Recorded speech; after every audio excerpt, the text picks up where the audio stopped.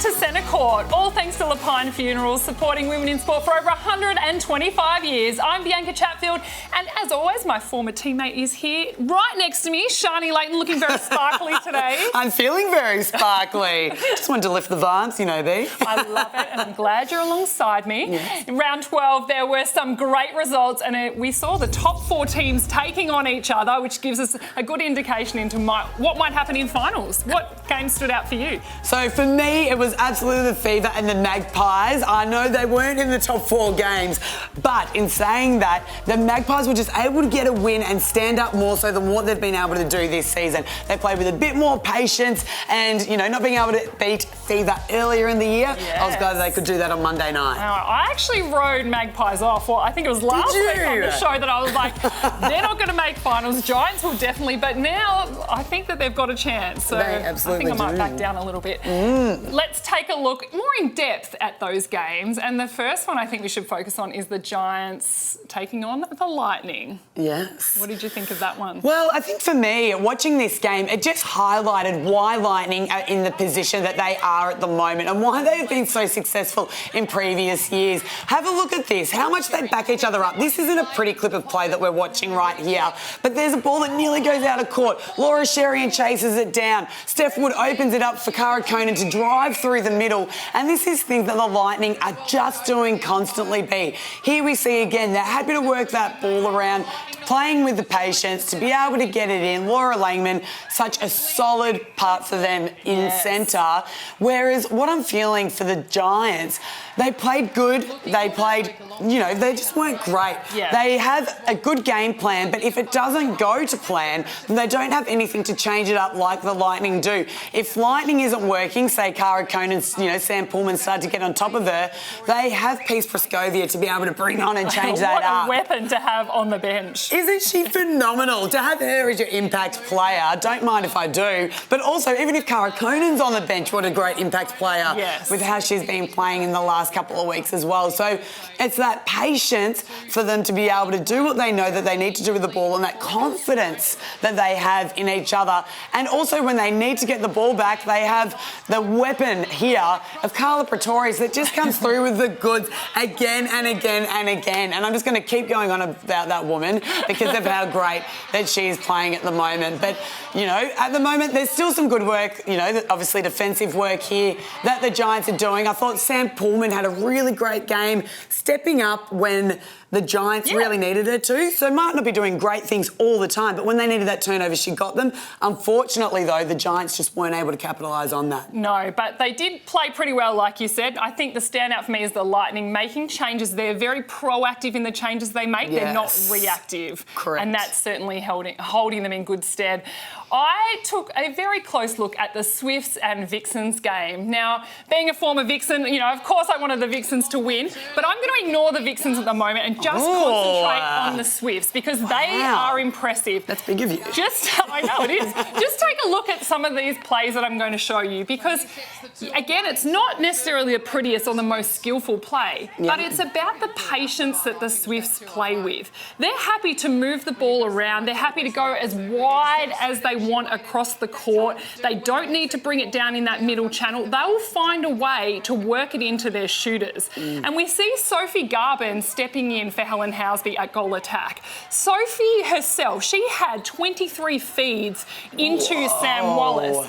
And if you compare that to Kate Thornthwaite had 35 feeds, Hadley had 22 feeds. So she's playing that Steph Wood type role where she is a playmaker. She doesn't have to have the perfect goal attack game, but she has to have the patience to work the ball around. And I think that's why Swifts with Bryony Akel have been able to cover all the injuries that they have because they just want a team to play with patience. And I don't know whether, you know, you were at the Swifts. I don't know if this is what you guys would do when you were there, but that's what's really stood out for me at the moment for the Swifts. What do you think, Shans? Yeah, I completely agree. And I think we had an aspect of that when I was at the Swifts, but we also had a bit more of an experienced team, so we could probably let the ball fly around a little bit more than what they do now. But they're doing a phenomenal job. And like you said, by Sophie Garben going out out in front there and doing that, she's holding her goal defence accountable so that they can't double team on Sam Wallace. And I think that that's why they've been so successful. They have. And she shot at 67%. And so that's not as accurate as you want your goal attack. But I think, Sam Wallace was 45 from 49. So she's doing the bulk of the shooting. So Swiss, very impressive for me. So that's 2 games down. We've got 2 games to go, all thanks to Lepine Funerals. Let's take a look at the game that stood out for you, the Fever taking on the Magpies. So for me, the reason that this game stood out, as I've already mentioned, is just because the Magpies were able to play with so much more patience than what they haven't done in the past. Nat Medhurst came on in that second quarter, absolutely firing. I think she was furious that she didn't start the game, but Gabby Sinclair has deserved that start after the performances that she's put out in previous weeks. And Ash Brazel has just been such an asset to them in centre. She's almost, rather than having a tall shooter under the post that's the get out of jail free card, Ash Braz is the get out of jail free card in the pocket. They can just throw the ball up to her, but unfortunately for the girls, as we've just seen, they're still throwing too many balls away. So yes, there's some improvements, but they're still just so wasteful when they just can't afford to be coming into this end of the season. But, Ash Braz, once again, the standout player for me in this game, phenomenal in attack, getting the tips in defence, left, right and centre, and I think it's her passion. She said at the end of the game that she just wanted the girls to have fun, and for her, that was the first game coming into round 12 that she actually felt that the girls were playing for each other, playing and enjoying it, which I think is a huge sign for the Magpies. And she was player of the match too, wasn't she? Yeah, she was. Now let's get to the Firebirds taking on the Thunderbirds. Now this game was the battle of the bottom half of the ladder, really. And Firebirds yet to get a win. They put in a great 3 quarters. What I wanted to highlight here is just the feeding into the shooter. When you have a tall shooter like a Romelda Aitken, the best place you can be to feed is on the edge of that circle. We know as defenders, Shans, it is really hard to contest a high ball if it's being fed from the edge of the circle. You can't do much about it. Check out that cracking play between Tippett and Aitken. I mean, their just relationship they have together is pretty phenomenal. Watch that. The quick double play. You want that kind of backing with each other. Another one, here we see fed again on the edge of the circle. It goes straight in. Firebirds, if they could have done that for 4 quarters, they would have got the win. But unfortunately, in the last quarter, they were doing things like this, where they were just forcing it in. Shamira Sterling, she could take that one all up. Listen to Rosalie Jenke here. I'm not sure if we can hear it, but she basically said, get it on the edge. Now we take a look at Thunderbirds, and that's exactly what they did. For defenders out there, Maria Folau wants to shoot either at the 45 of that circle or right in the pocket every single time. That is her sweet spot. We know we've played against her so many times. She will always shoot there. So defenders, you've got to make sure you get around that. Force the ball up in the air. And wing defence and centres, keep those feeders off the edge of the circle because it makes such a difference. So for me, well done to the Thunderbirds because they really stood it out, I guess, right to the end of the game. They got a very convincing win in the end, and it was a great performance, I thought, by Maria Folau and Sasha Glasgow. She has been very impressive. Yeah, and I think it's just so inspiring for the Thunderbirds. They've been a little bit up and down this year, but so much better than previous years. And so for them to be able to step up and take that win as convincing that they did. But for me, it was also the leadership of Chelsea Pittman that helped that as well. Yes, I did like that. Let's take a look at the ladder. And like I said, I was riding Magpies out saying, nope, they're not going to make the Bianca. But look at this, only 1 point separates them. It's crazy, but I just think it's still, I know that it's only 1 point separating them, but for me, it's still a missed opportunity for the Magpies. They only got 1 bonus point out of the whole game, and if they had have even just got 2, they could have been equal 4th or even 3 with the win. They could have been in that 4th position, so it's good, but still not good enough. I really like a changing ladder, especially when we've only got a few rounds to go before the final. Sharni, it's now time to set the agenda. All thanks to Lepine Funerals, supporting women in sport for over 125 years. What have you got for us first? So my agenda today, Bianca, is amazing coaching and the one and only Noeline Taurus. Because we all know she's amazing, but what I want to do is show you why she's so amazing. As a player, you want a coach to explain to you exactly what you have to do in that moment, and have a listen to how she explains this to Steph Wood. I think we're getting a bit wide on the outside, which means that she's having to come through the middle. In saying that, she's coming through the middle. See if we can lessen that line on the outside or the angle on the outside. What's going to happen is there's going to be 2 on her if you swing the ball. 2's going to go on her. You go towards the ball and you cut the base on the ball side. Do you know what I mean? So once you swing, they're going to come off. They're going to stop you from coming towards the ball. I reckon you can go base. Yeah, on the ball side. Go high to go base.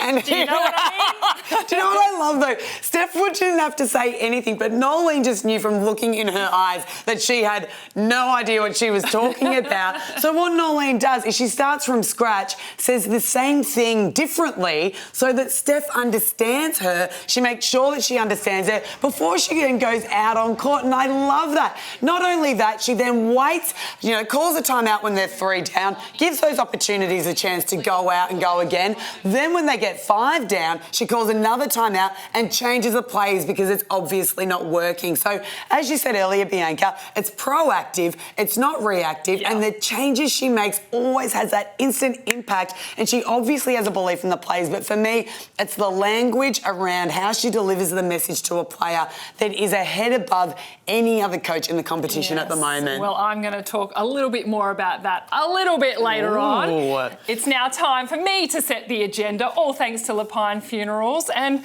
what I want to discuss, Shans, is we spoke about the umpiring, the Giants taking on the Firebirds in Canberra last week. We said that the umpires need to throw out more cautions. We were saying they need to toughen up, they need to really tell the players how to play this game properly and cleanly. Take a listen to this. Got a fans, contact. Just step around. Yeah. Contact, goalkeeper. Both players, goalkeeper. Goalkeeper. Whole time, goalkeeper, it's becoming persistent, yes? Where you are. No, sorry. Goalkeeper. No, no goal. No goal. Goalkeeper, come back. Okay, that's a caution for the set on my whistle. So Shamira Sterling there, clearly getting frustrated, Kath, and the umpire wanting them. Yes!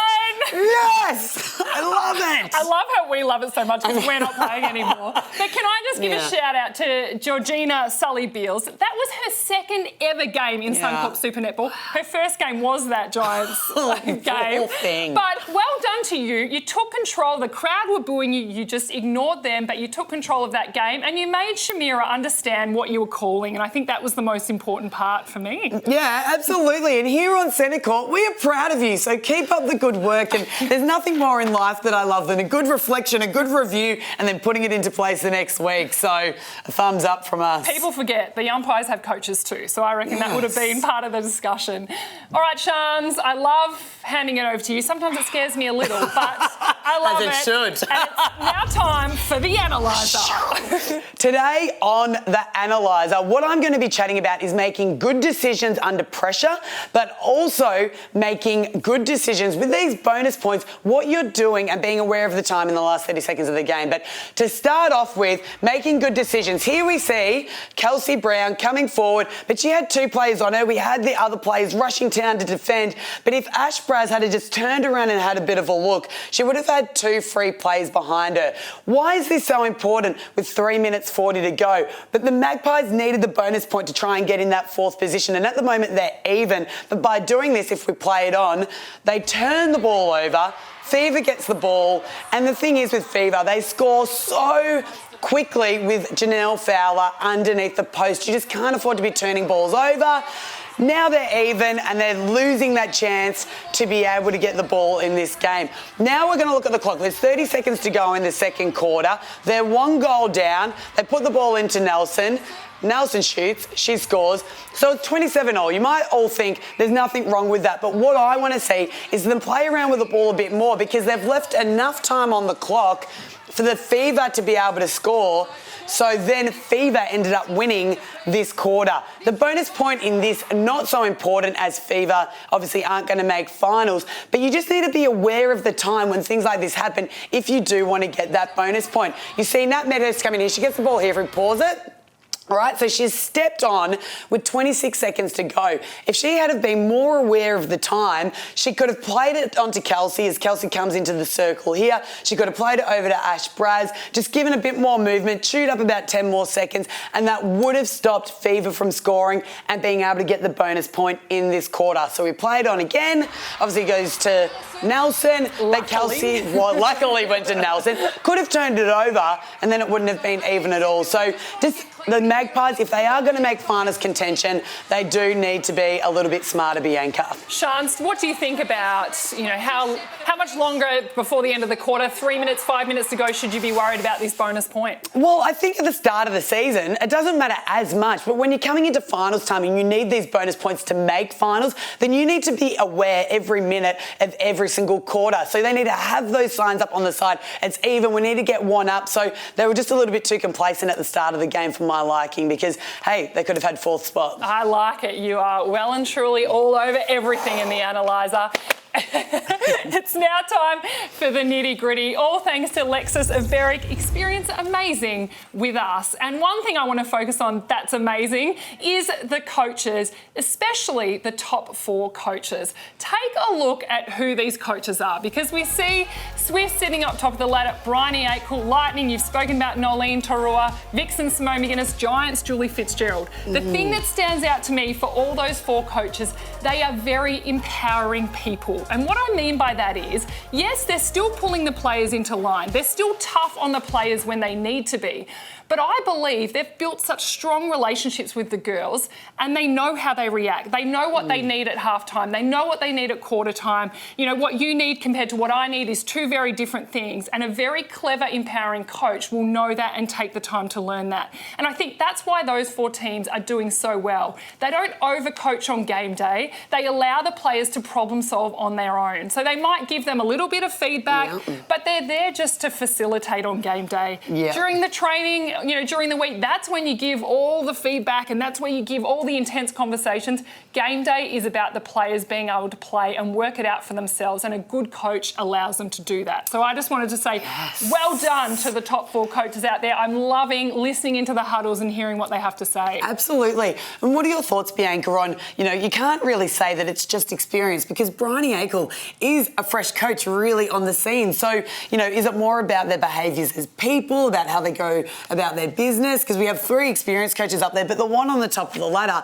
it surely must be how she is as a person. Well, I think it is, but and it doesn't come down to if they've been elite players themselves, because I don't think Julie Fitzgerald's been an elite player. I know she's played the game, but a lot of people say you have to have played the game at the elite level to be able to coach, and I don't believe that. You just need to know people and have that level of emotional intelligence. I agree. A great chat. The nitty gritty was all thanks to Lexus of Berwick. Experience amazing with their unique one-touch purchase. LexusofBerwick.com.au. Guess what, Shani? What? It's now time for Coach Says. Shani, if you're a coach, what would you say this week?